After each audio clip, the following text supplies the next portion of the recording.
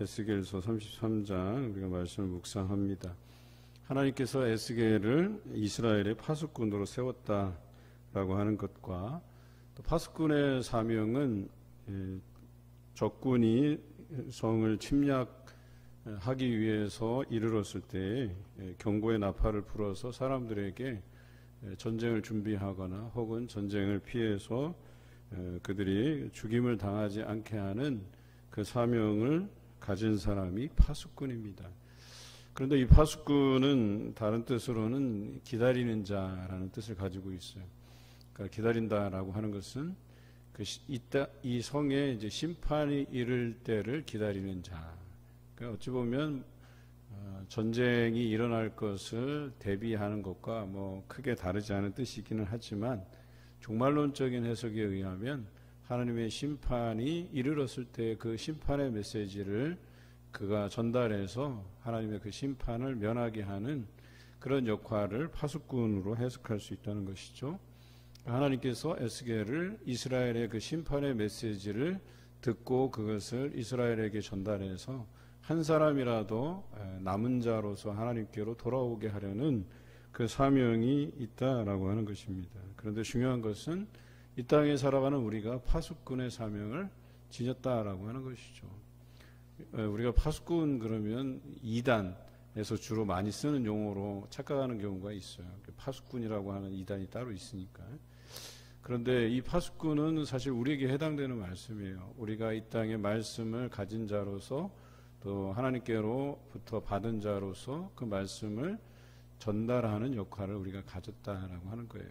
그런데 이 말씀을 듣고 가진 자에게 받은 자에게 주신 파수꾼의 사명을 망각할 때가 있다는 거예요.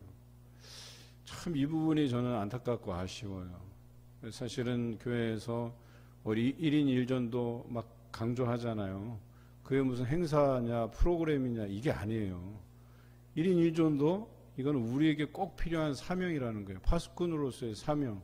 우리가 누군가에게 복음을 전하지 않고서는 그 생명을 파수꾼에게서 찾겠다고 하신 말씀이 오늘 말씀입니다.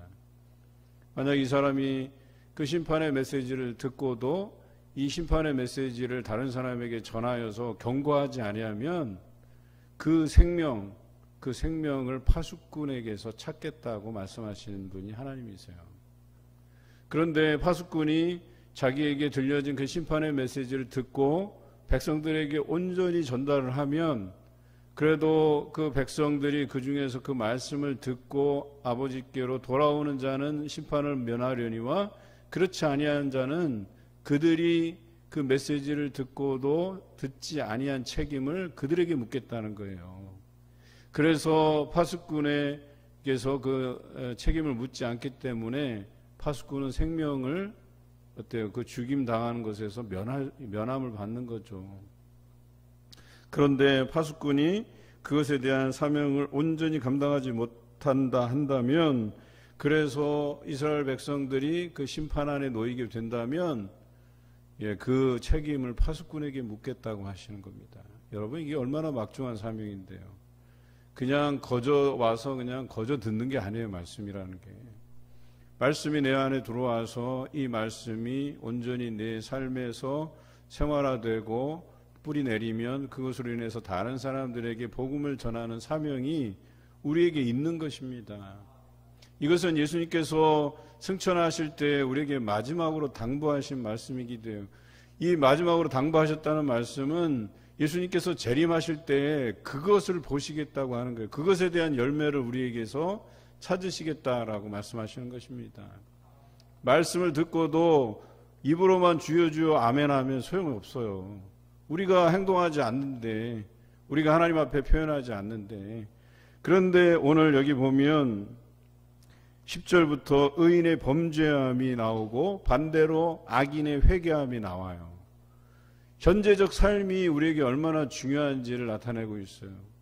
바벨론으로 포로로 잡혀간 자들이 있었고 그 중에 에스겔이 포함되어 있었어요. 그러나 여전히 이 에스겔이 예언할 때 이 예루살렘을 멸망하지 않은 때였거든요. 그런데 오늘 이 12째 해라고 하는 표현이 중요해요. 그 전까지는 이스라엘이 그래도 예루살렘에 남은 자들이 있었다는 거예요. 이 사람들이 어떻게 생각했냐면 여전히 자신은 시오니즘, 아브라함의 백성이라고 여기는 거예요. 그러니까 과거에 자신의 조상 아브라함이 믿음으로 인해서 의롭다함을 받았고 그 하나님께서 아브라함에게 뿐만 아니라 그 후손들에게 이 이스라엘 땅을 주셨다는 거예요. 그래서 이것을 빼앗을 리가 없고 우리는 여기서 여전히 잘 먹고 잘 살 것이라고 하는 이 희망적인 메시지를 가지고 있었다는 거예요.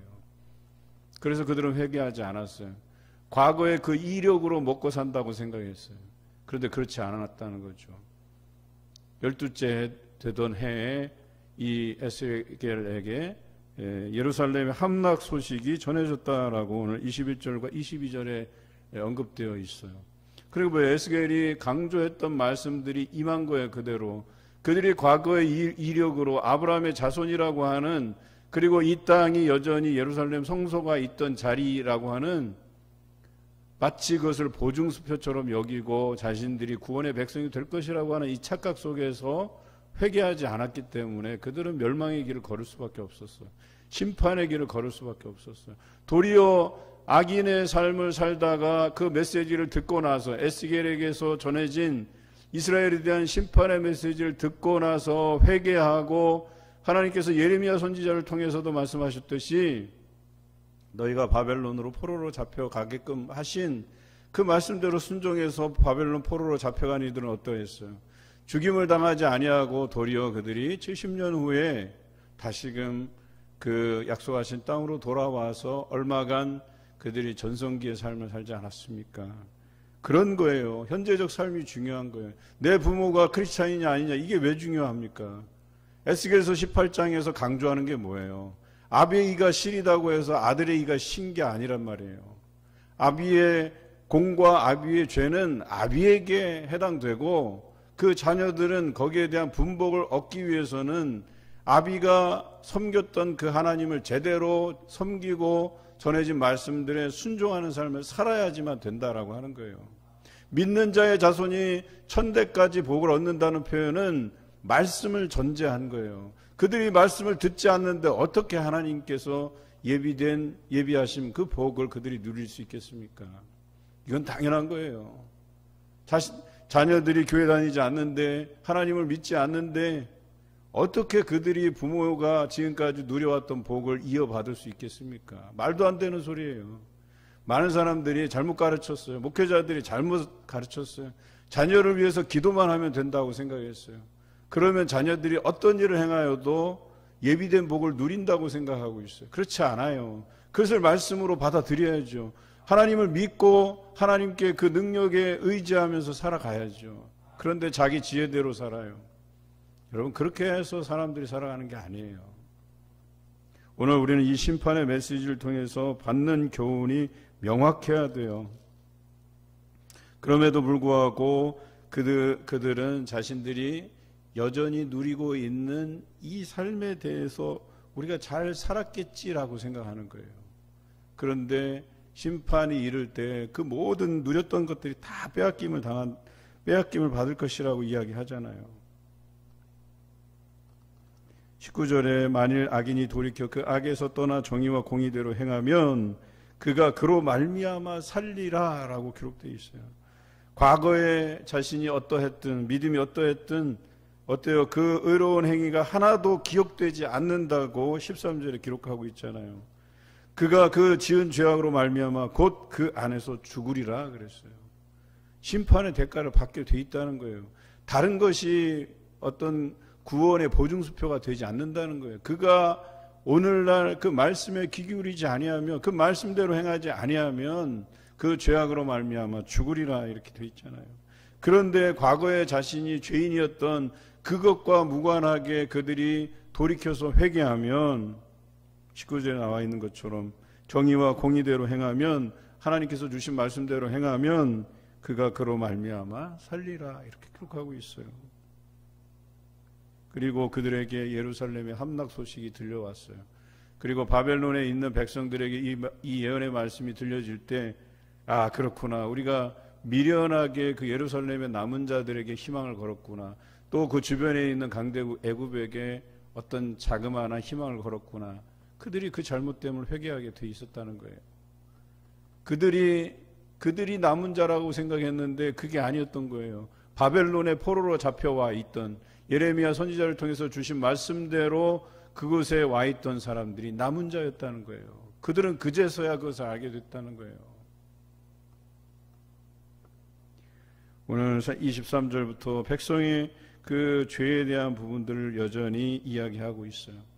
그리고 그들이 다시금 이 심판으로 인하여서 그들에게 주어진 메시지, 즉 그들이 희망적으로 바라봤던 예루살렘이 처참하게 무너져 내리는 소식을 듣고 나서야 그 일을 행하신 분이 여호와인 줄을 그들이 알게 된 거예요. 이방인들도 알게 되고 또 이 바벨론의 포로로 잡혀와 있는 유대인들에게도 알려지고, 그래서 29절에 보면 내가 그들의 행한 모든 가증한 일도 말미암아 그 땅을 황무와 공포의 대상이 되게 하면 그때 내가 여호와인 줄을 그들이 알리라 그랬어요.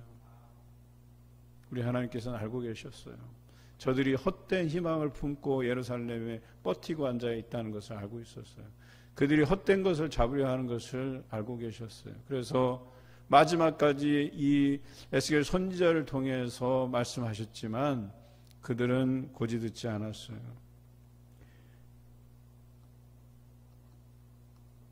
그 처참한 현실을 30절에서 33절에 이렇게 표현하고 있어요.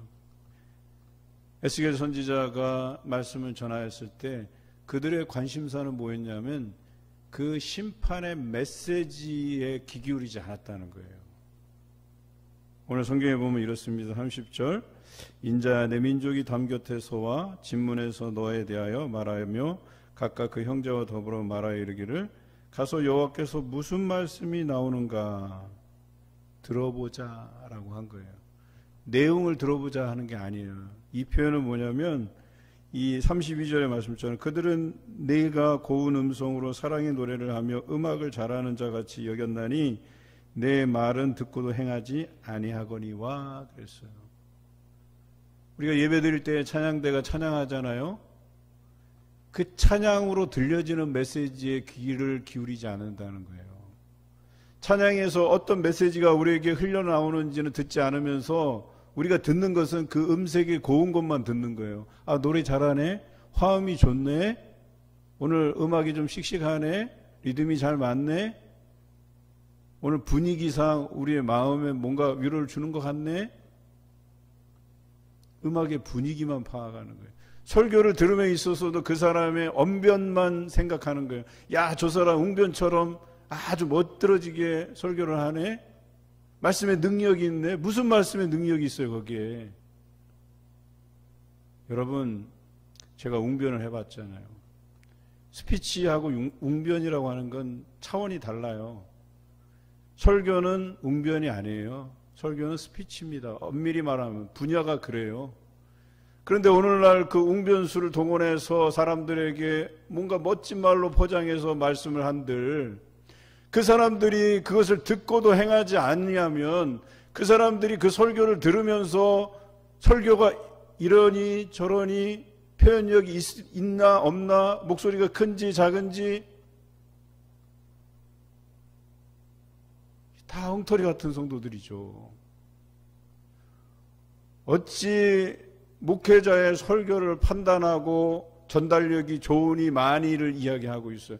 그게 오늘 에스겔 선지자가 이야기했음에도 불구하고 그 목소리의 음색만 가지고 평가하는 것과 무엇이 달라요? 그 안에 쏟아지는 메시지들이 얼마나 많은데, 중요한 말씀들이 얼마나 많은데 거기에 담고 있는 메시지에 우리가 귀를 기울이지 못하고 있다는 얘기예요. 어느 날은 우리 목사님 너무 소리를 버럭버럭 질러갖고 너무 끔찍하고 싫었다고. 어느 날은 또 내 마음에 콕콕 찔려서 싫었다고. 여러분, 말씀이라는 것이 좋고 나쁨이 있는 겁니까? 하나님께서 우리에게 말씀하시는데 거기에 대해서 우리가 이렇다 저렇다 평가할 수 있는 것입니까? 그런데 사람들은 평가했어요. 백성이 모이는 것 같이 내게 나오며 내 백성처럼 내 앞에 앉아서 내 말을 들으나 그대로 행하지 아니하니 이는 그 입으로는 사랑을 나타내어도 마음으로는 이익을 따름이라. 들을 때는 아멘, 주여. 그런데 자기 이익을 따라요. 자기에게 거룩한 부담감이 오면 순종하지 않아요. 나한테 좀 이익이 되고 내 이름이 좀 알려지는 것이면 좀 와서 이렇게 뭐 열심히 하는 것도 아니에요. 그냥 와서 숟가락만 하나 탁 얹어놓고.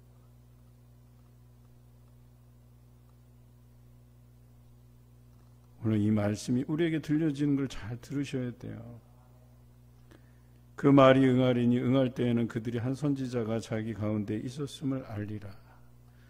선지자가 선포한 그 말씀 안에서 반드시 우리가 그것을 귀 기울이고 경계하고 주의할 때에 그 말씀이 임함을 보고 우리 가운데 선지자가 있었구나. 하나님의 말씀을 우리에게 전달하는 전달자가 있었구나 하는 것을 그들이 깨닫게 될 것이라고 이야기하는 거예요. 여러분, 굉장히 전도를 해보면 굉장히 우리에게 충격을 주는 사실이 뭔지 아세요? 이렇게 좋은 것을 왜 사람들이 저에게는 교회 가자는 얘기를 안 했지요? 이런 얘기예요. 신기하지 않아요? 근데 많은 교인들은 어떻게 생각하는 줄 아세요? 제 주변에 있는 사람들한테는 제가 다 전도를 했는데요. 근데 잘 나오지 않아요. 그럼 나올 때까지 전도를 해보셨나요, 혹시? 우리 주변에 여전히 믿지 않는 자들이 많아요. 믿는 사람들이 많아지는 현상이 있더라면 그래도 좋은 신호긴 한데 그렇지 않잖아요. 우리 다음 세대만 보더라도 인구 감소율보다 더 빨라요. 1.6배나 빨라요. 감소율이. 이렇게 가서는 교회의 미래가 없다고 얘기까지 나옵니다. 그런데 우리는 전도하는 일에 게을러요. 여전히 내 일이 아니라고 생각해요. 나는 파수꾼이 아니라고 생각해요. 말씀을 맡은 자라고 생각하지 아니에요. 그런데 분명한 것은 말씀을 맡은 자들에게서 그 책임을 물으시겠다고 분명히 말씀하고 계시잖아요. 우리가 날마다의 삶에서 이 경고의 메시지를 들어야 돼요. 뭔가 죄악을 범한 사람, 교회 안 나오는 사람, 믿음이 없는 사람, 이런 사람에게만 전해지는 심판의 메시지가 아니라는 거예요. 이 시대에 말씀을 맡은 파수꾼에게조차도 그 책임을 물으시겠다고 말씀하시는 거예요. 결과적으로 우리 주변에 믿지 않는 사람들, 그 책임이 누구에게 있겠습니까? 당연히 우리에게 있는 거예요. 당연히 교회들에게 있는 겁니다. 우리는 그 책임을 통감해야 돼요. 이 일들을 위해서 우리가 힘쓰고 애써야 된다는 거예요. 내 가족부터 시작해서. 여러분들에게 자녀들이 아픈 손가락이 될 수도 있어요. 여전히 믿음 가운데 서지 못하고. 여러분, 그것을 애통해야 하면서 기도하셔야 돼요. 너무나도 중요한 문제입니다. 오늘 에스겔을 통하여서 우리에게 주신 사명은 파수꾼으로서의 사명이에요. 이 말씀을 맡은 자로서의 사명을 다해 가시는 저와 여러분 되시길 주님의 이름으로 기원합니다.